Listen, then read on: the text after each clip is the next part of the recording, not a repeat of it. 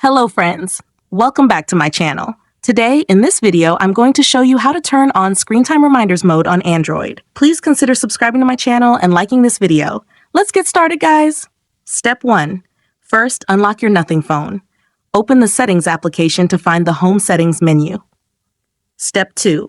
Next, scroll down and choose Digital Wellbeing and Parental Controls. This section is where you'll find everything related to managing your screen time and device usage.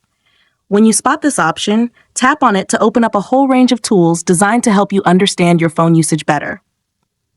Step 3. Now, scroll down to locate the Screen Time Reminders option. Tap on it.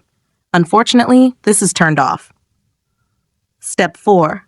For the last and most important step, choose the apps you want to turn on Screen Time Reminders mode for, then select the Use Reminders option to turn it on instantly.